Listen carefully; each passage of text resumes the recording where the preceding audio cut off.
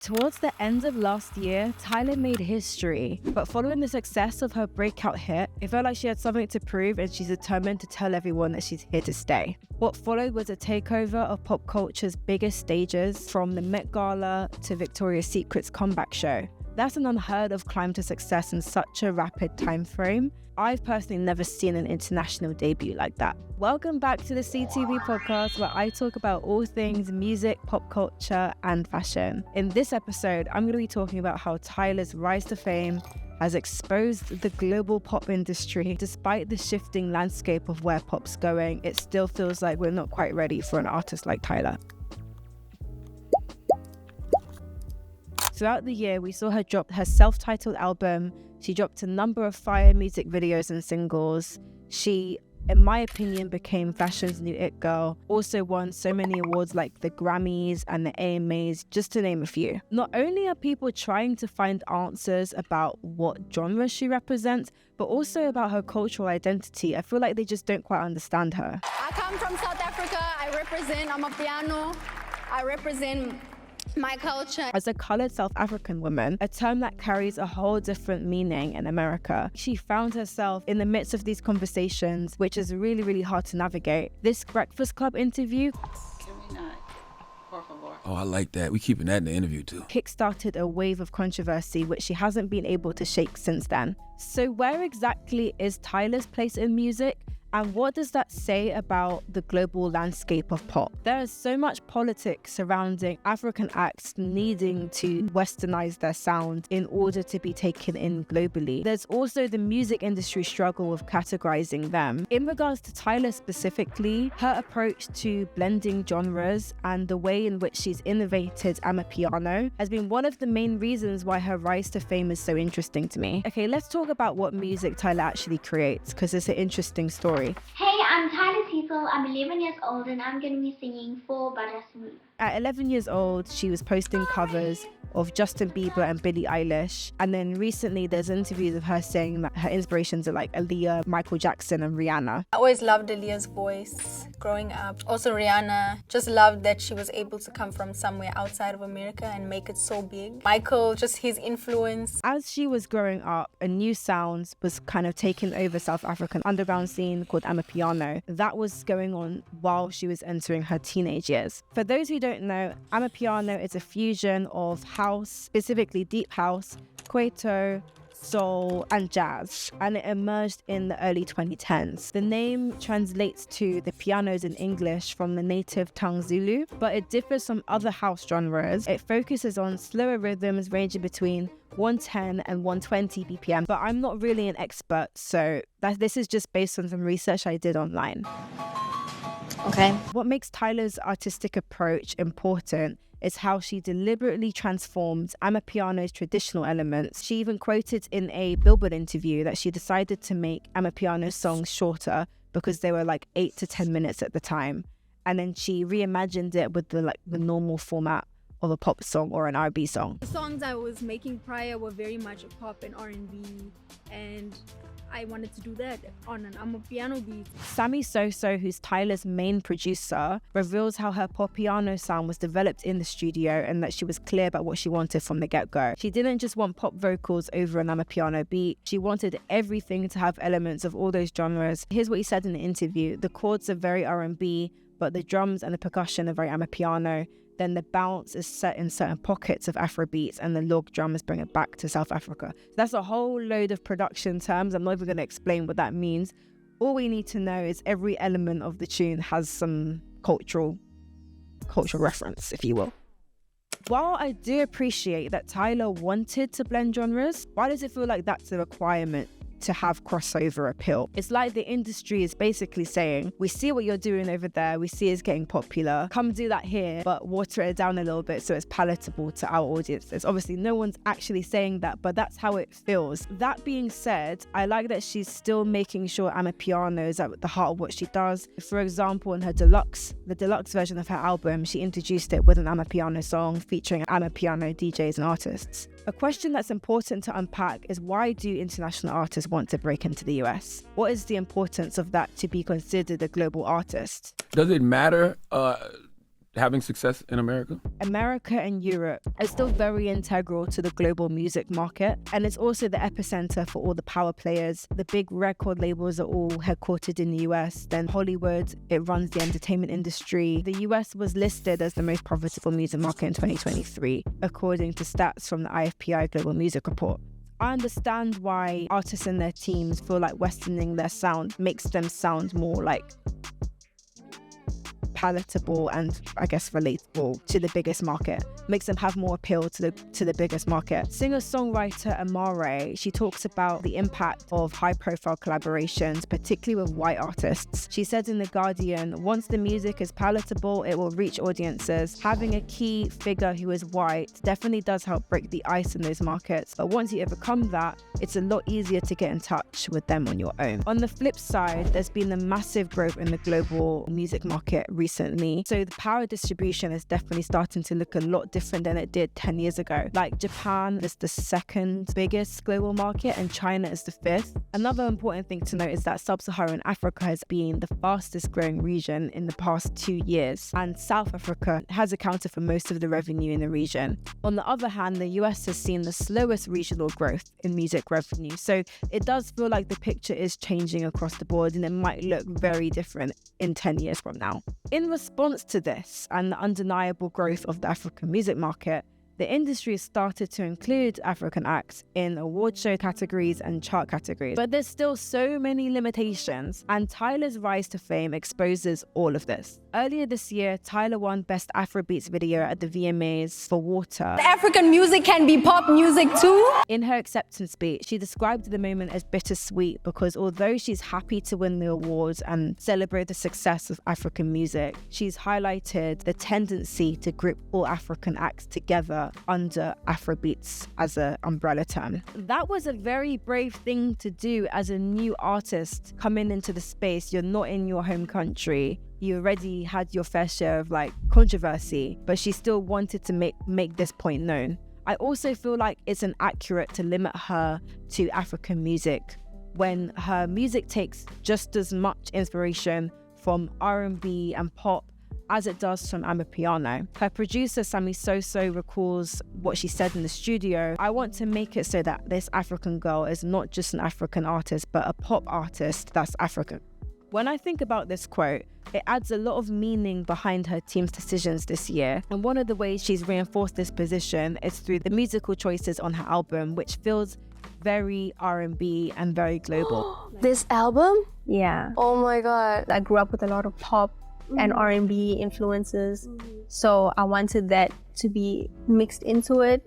I had to work with a bunch of people to get the sound right. Recently, The Hollywood Reporter said that Tyla's debut album was originally submitted to the Grammys to compete in the R&B category, but then it was moved by the R&B screening committee to the pop category, and there it would have competed with people like Billie Eilish, Sabrina Carpenter, and Taylor Swift, who've all had very, very successful years this year. Well, Taylor Swift, but the other two. Then the Grammy nominations came out and Tyla wasn't featured in any category. Not pop, not R&B, not any African music performance categories, not any global categories, literally nothing. And with how much momentum she's built this year, it's crazy to me how she didn't even get one nomination. These genre classification struggles reflect that complexity in Tyla's position within global music. It's not just about how her music is categorized, but how her identity is seen as well as a coloured South African woman. Earlier this year, Tyla went on The Breakfast Club and Charlemagne the God decided to ask her about her coloured identity. School me on these debates that they be having about your identity as a South African coloured person. What does that even mean?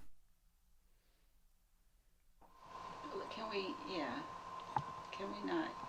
Por favor. Oh, I like that. We keeping that in the interview too. Shut up, man. I like when they talk from the back and say we can't.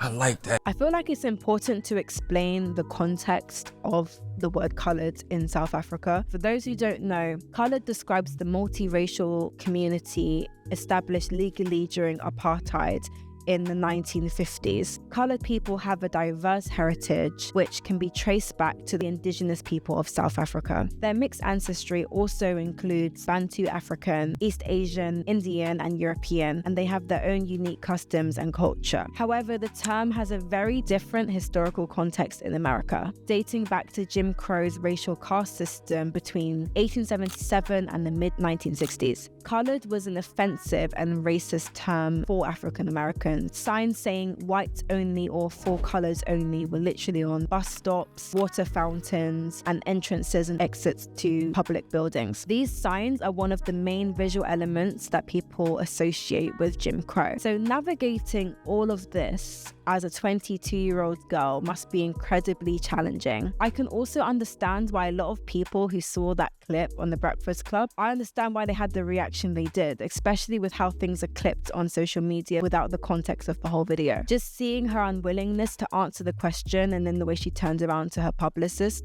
probably came across as like weird and odd for people who don't understand Tyla's point of view. But the thing is, her coloured identity is something she's spoken about, I think, a few times before that in a couple of interviews. And let's also be honest here, that interview was awkward from the jump.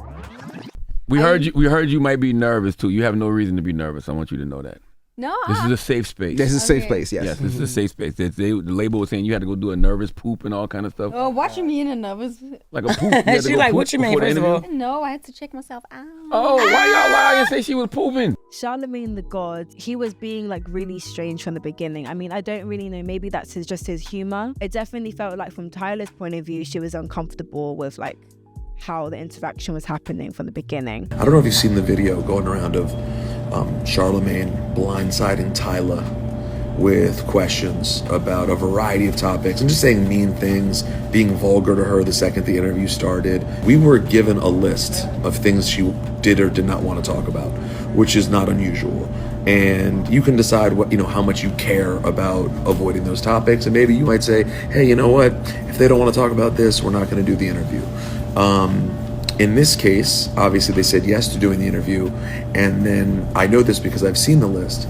He then went down the list and intentionally blindsided her about every single topic that they said she hoped not to talk about. So she might have felt like she's being set up with that question. Two things can be true. Coloured is an offensive and triggering word for African Americans, but there's also an ignorance that lies within their refusal to acknowledge and learn about how that word is used in South Africa. The world is heavily influenced by African Americans' civil rights movement. That doesn't mean that racial identities are the same across the Black diaspora and across Black people as a whole. A lot of times when we get things from American press and we hear it as Americans, we don't think of the global effect that these artists, especially who aren't from here, are dealing with. We just get so caught up in being here, hearing shit that's said over here, and not understanding that the artists of today aren't just dealing with here and the way we're influenced within this country. For Tyla, this left her in a very tricky position. On one hand, she wants to rep her South African identity proudly,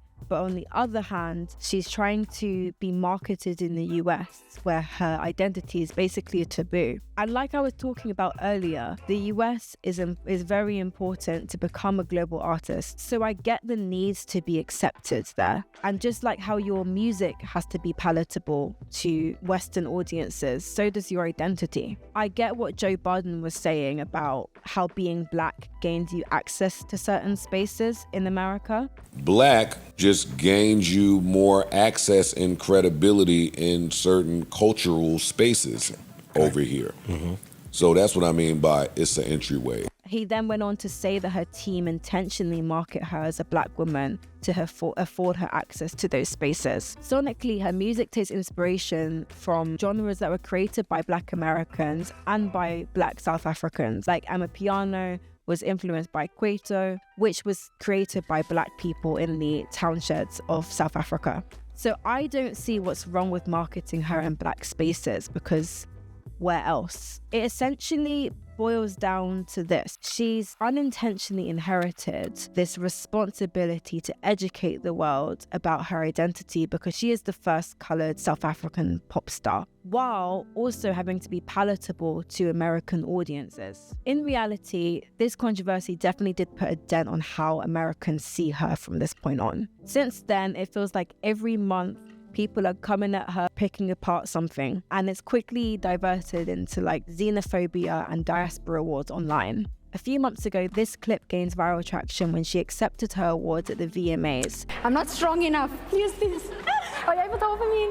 Yes, thank you. I'm sorry. It looked like she was trying to hand her award to Halle, or like ask Halle Bailey if she could hold her award. And then she jumped online to confirm this isn't true. I wasn't asking Halle. Then amidst this conversation, blogger Armand Wiggins added his 2 pence and said that Tyla doesn't understand American culture at all, and that she gives off entitled and uppity African. Okay, so there's some education that needs to be done. I can see that. The term uppity has historically been used by white people in a derogatory way towards black people to imply that they need to know their place and are steeped in traditions of the old social order from Jim Crow.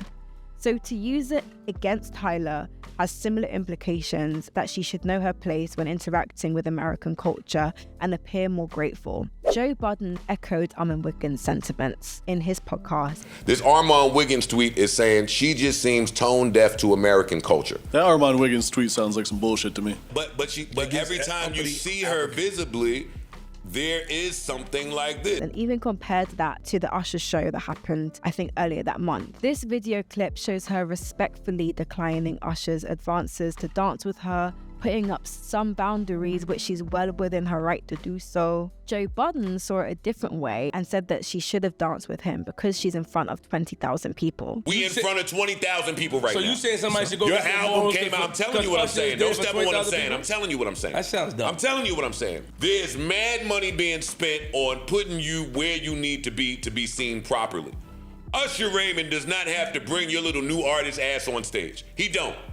She was in the crowd. She was in the crowd. I don't give a fuck where she was. It's almost like they want her to shrink herself and become less self-confident and less prideful to conform with whatever it is they think she should be. It's just really weird. The notion that Tyla doesn't understand American culture isn't just upheld by these 2 men, but also by people online. This month, we saw one of the most divisive elections in American history when Trump became the president-elect, beating Kamala Harris. As someone who's chronically online, I definitely noticed that the vibe had changed when that happened. Meanwhile, Tyla posted the teaser for her Push to Start video, which is a song from her debut album, and it's absolutely killing it right now. I was shocked when I saw people be upset by this and thought of it as tone deaf. This is the problem that I see amongst some Americans. They think the world revolves around them, despite her even putting the release time in the caption as South African Standard Time. Also, I feel like the standards they apply to Tyla are interesting considering they don't do the same with other artists. She's not the first diva in pop culture, and she's not the first to continue doing her job as an entertainer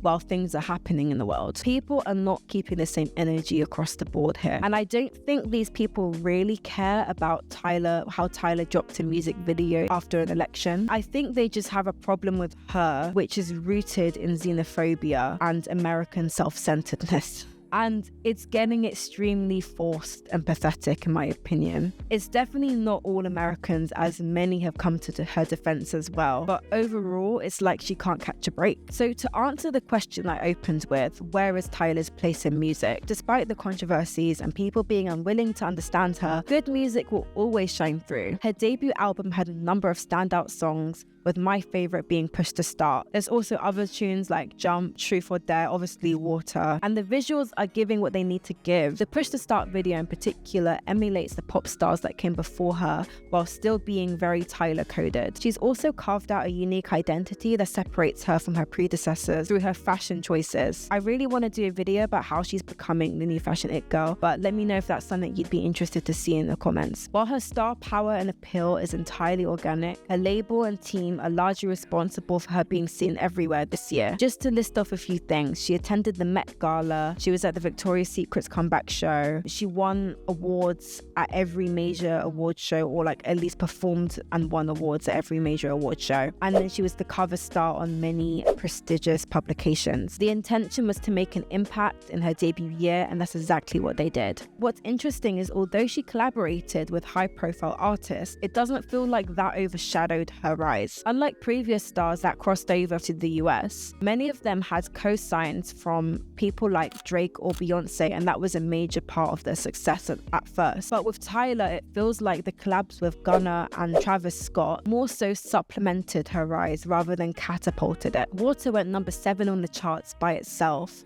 before the remix with Travis. If anything, the remix enhanced her cultural credibility because Travis has got so much respect in hip-hop, and that to me showed that she's here to stay. Thank you. Thank you for watching this video. Make sure you drop a like and also subscribe, because I'm trying to be more consistent and share a lot more video essays like this.